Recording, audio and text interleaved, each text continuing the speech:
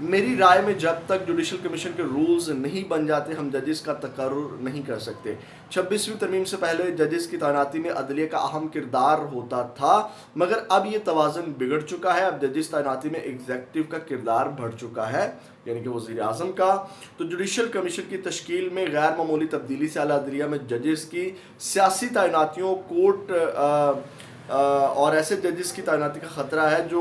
قانون کی حاکمیت کے نظریے پر کامل یقین نہیں رکھتے، یعنی کہ سفارشی آئیں گے ڈیفینیٹلی وہ قانون کی حاکمیت کے اوپر کیا یقین رکھیں گے، وہ تو جن کی جانب سے لگائے گئے ہوں گے ان کا خیال رکھیں گے، قانون اور آئین کا تو خیال نہیں رکھیں گے۔ تو ایک اہم خط اور آیا ہے اور جناب انہوں نے گھنٹی بجائی ہے جسٹس منصور علی شاہ نے کہ عدلیہ کا بیڑا غرق آپ نہ کریں، اس کے اوپر کوئی رولز اینڈ ریگولیشنز بنا لیں، پھر ججز کو جو ہے وہ آپ تعینات کریں۔ برکیف من پسند لوگوں کو نوازا جا رہا ہے اور ججز لگایا جا رہا ہے اور آپ کے عدلیہ کا بیڑا غرق کیا جا رہا ہے، آپ کے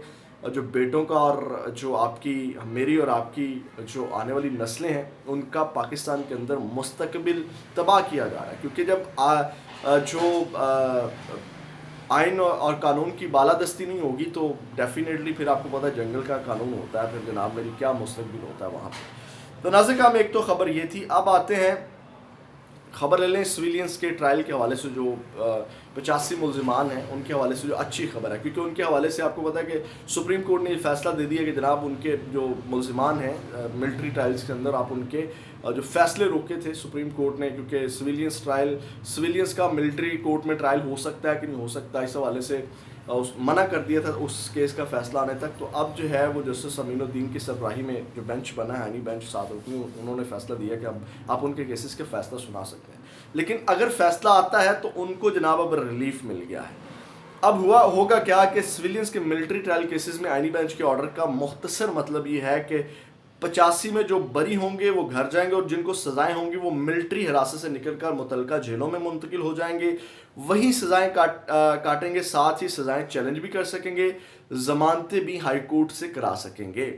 اور ملٹری حراست میں موجود 9 مئی کے 85 ملزمان میں سے جن کی سزا 3 سال ہوگی ان کو ہائی کورٹ سے فوری ضمانتیں ملنے کے واضح امکانات ہیں، کیونکہ 19 ماہ کی سزائیں وہ پہلے ہی کاٹ چکے ہیں۔ جن کی سزائیں 5 سال ہوں گی ان کے بھی ضمانتیں ہونے کے امکانات موجود ہیں، پھر جن کی سزا 7 سال ہوں گی ان کی ضمانتیں ہونے کے امکانات بھی جلد یا کچھ وقت ہونے کے بعد موجود ہوں گے، کیونکہ یہ سب 19 ماہ کی سزا پہلے ہی کاٹ چکے ہیں، یعنی کہ پہلے ہی وہ چیزیں کاؤنٹ کی جاتی ہیں جب سے ان کو حراست میں رکھا جاتا ہے، ان کی وہ والی جو سزا ہوتی ہے جب سے ان کو حراست میں لے جاتا ہے، وہ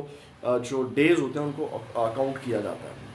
ملٹری کورٹ سے فیصلے کے آنے کے بعد ان کے خلاف اپیلیں کورٹس میں ہوں گی اور ساتھ ہی سزا معطل کر کے ضمانت کر کے رہائی کی درخواستیں دائر ہوں گی۔ ضمانت ملنے کے سب سے اہم اور بڑی گراؤنڈ یہ ہوتی ہے کہ ملزم اس سے پہلے کتنی سزا پہلے ہی کاٹ چکے ہیں۔ تو یہ جناب ان کے حوالے سے جو ہے وہ اچھی خبر ہے، ملٹری کورٹس میں جو 85 ملزمان ہیں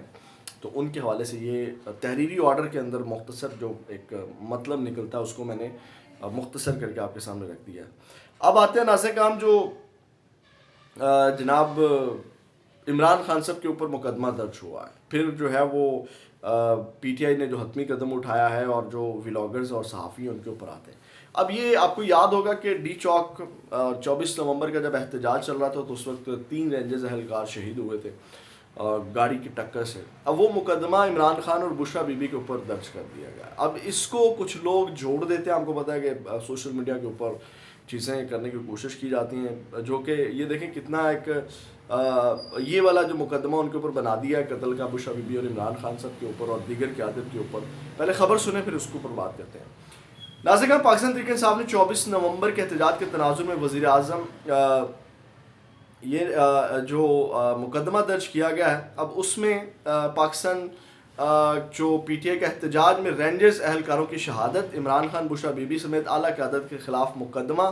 جو ہے وہ درج کر لیا گیا۔ اب تحریک انصاف کے احتجاج میں رینجرز اہلکاروں کی شہادت کا مقدمہ پاکستان تحریک انصاف کے بانی عمران خان، بشرا بی بی اور وزیر اعلیٰ خیبر پختونخوا علی بن گنڈا پور سمیت دیگر رہنماؤں کے خلاف درج کر لیا گیا ہے۔ پی ٹی آئی کی اعلیٰ قیادت پر قتل کے مقدمے سمیت دہشت گردی اور تعزیرات پاکستان کی 10 دفعات شامل ہیں،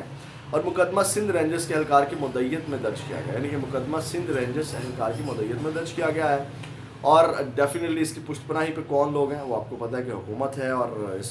کے پیچھے ہماری ملٹری اسٹیبلشمنٹ بھی ہے عمران خان صاحب کو ڈرانے کے لیے، دھمکانے کے لیے. اور آپ کو پتہ ہے کہ عمران خان نہیں مان رہے، مذاکرات چل رہے ہیں. آج بھی ایک بڑا دعویٰ کیا گیا ہے، چلو یہ بھی خبر آپ کو دے دیتا ہوں، اسد طور کی جانب سے آج رات کو عمران خان صاحب سے حکومتی وفد سے ملاقات کی بھی جو ہے وہ انہوں نے دعویٰ کیا کہ مذاکرات کے حوالے سے حکومتی وفد کی ملاقات ہوگی. تو یہ ڈرانے کے لیے اور مزید جو ہے وہ گھیرا تنگ کر کے گردن پکڑ کے جو ہے وہ اپنی جب بات آپ کو پتہ نہ مانے تو منوانے کے لیے اس طرح کی حربے استعمال کیے جاتے ہیں. اب مقدمے میں علی بن گنڈا پور، عمر ایوب، وقاص اکرم، سلمان اکرم راجہ، مراد سے زلفی بخاری، رؤف حسن، حماد اظہر اور دیگر قیادت کو بھی نامزد کیا گیا ہے. ایف آئی آر کے متن کے مطابق رینجرز اہلکاروں کی شہادت کا وقوع بانی پی ٹی آئی کی ایما پر اور حکم پر ہوا، ان کی ایما اور حکم پر ہوا. آپ اندازہ لگائیں وہ گاڑی پتہ نہیں کدھر سے اور کس کی ٹکر سے وہ آئی، ابھی تک اس کا پتہ نہیں چلا. اور آپ اندازہ لگائیں کہ اعزاز سید آپ کو پتہ ہے کہ ان کے بندے ہیں، انہوں نے خبر دی تھی کہ جناب وہ جس طرح بھی واقعہ ہوا تھا اس کا پاکستان تحریک انصاف کے ساتھ کوئی تعلق نہیں تھا، لیکن جناب ٹھوک دیا انہوں نے یہ مقدمہ کے اوپر. برکیف نازے کام اب اس میں یعنی کہ وہ وقوع جو ہے وہ بشرا بی بی اور عمران خان صاحب کے اوپر یعنی کہ زیادہ اس میں جو بھار ہے وہ ڈالا گیا کہ ان کے کہنے کے اوپر یہ کیا گیا. اب ایف آئی آر کے متن کے مطابق بشرا بی بی اور دیگر ملزمان نے ویڈیو پیغام کے ذریعے عوام کو مشتعل کیا. پی ٹی آئی کی قیادت نے عوام کو فوج اور حکومت کے خلاف بغاوت پر اکسایا جس سے یہ وقوع ہوا. اب ایک تو یہ ہے، اب اس کو جوڑا جا رہا ہے جناب ذوالفقار علی بھٹو ٹائپ کے اوپر کہ جناب یہ ذوالفقار علی بھٹو اور اس کو بڑا ڈرایا جا رہا ہے اور خطرناک کہا جا رہا ہے جناب یہ والا جو مقدمہ ہے نا اس کے اوپر عمران خان صاحب کو جناب خدا نہ خواستہ کہ تختہ دار کے اوپر لٹکایا جا سکتا ہے اور بھٹو کی طرح کے اوپر جو ہے وہ کام کیا جا سکتا ہے. اور آپ کو پتہ ہے کہ اس کے اوپر کام چل بھی رہا ہے. اب آگے بڑھیں تو ناظر کام پاکستان تحریک انصاف نے حتمی جو قدم اٹھایا ہے، بڑا قدم اٹھایا ہے، اور وہ یہ ہے کہ بالآخر اللہ کر کے انہوں نے کچھ سٹیپ لیا ہے، اور وہ یہ ہے کہ انہوں نے 24 نومبر کے احتجاج کے تناظر میں قدم اٹھایا اور انہوں نے جو ہے وہ عدالت سے رجوع کیا اور 139 افراد کی یعنی کہ جو 139 افراد مسنگ ہیں، 12 شہادتیں ہوئی ہیں، ان کی لسٹ بھی جاری کر دی ہے. اور جن میں اس 139 میں جو زخمی ہیں، جن کو جو بلٹس لگی ہیں یا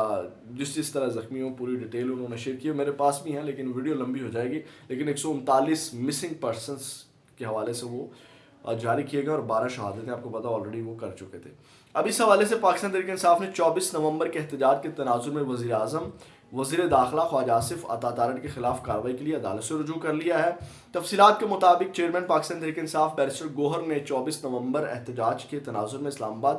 ڈسٹرکٹ کورٹ میں کرمنل کمپلینٹ میں جو ہے یہ درخواست دائر کر دی ہے. یعنی کہ بیرسٹر گوہر کی مدعیت میں یہ درخواست دائر کی گئی اور اس کے جو مدعی ہیں وہ بیرسٹر گوہر ہے. شکر ہے کہ انہوں نے کسی اور کو پکڑ کے نہیں بنایا، نہیں تو اور بڑی تنقید ہونی تھی. اور اس میں استدعا یہ کی گئی ہے کہ فریقین کو ناقابل ضمانت وارنٹ کر کے بلا کر قانون کے مطابق سزا دی جائے، کرمنل کمپلین منظور کر کے فریقین کو طلب کیا جائے. درخواست کے ساتد 38 زخمی کارکنوں اور 139 لاپتہ کارکنوں کی فہرست منسلک کی گئی جس کا میں نے حوالہ دیا. اور یہ نازِ کام چیزیں ہیں. اور وزیر اعلیٰ خیبر پختونخوا علی بن گنڈا پور نے پریس کانفرنس میں سینکڑوں کارکنوں، لطیف کوسا 278 کارکنوں مختلف اس میں جو چیزیں کی گئی تھی. تو یہ ایک حتمی قدم اٹھایا گیا. اب آتے ہیں ناظرین، ہم کچھ ولاگرز اور یوٹیوبرز کے خلاف گھیرا تنگ کیا جا رہا ہے اسی تناظر میں 24 نومبر کے تناظر میں. اب اس میں ناظرین کام پی ٹی آئی احتجاج میں درجنوں صحافی اور ولاگرز ہیں جن کے خلاف F I A cyber crime اسلام آباد میں مقدمات درج کر لیے گئے ہیں. اور مقدمات پی کے ایکٹ کے تحت ریاستی اداروں کے خلاف جھوٹا بیانیہ بنا کر پھیلانے، لوگوں کو اکسانے کے الزامات لگائے گئے ہیں. مقدمات میں صحافی ہرمیت سنگھ ہیں، احمد نورانی ہیں، عبد القادر ہیں، حسنین رفیق ہیں، سلمان دورانی ہیں، عمران کھٹانہ ہیں، مریم شفقت ملک ہیں، رضوان احمد کے نام بھی شامل ہیں.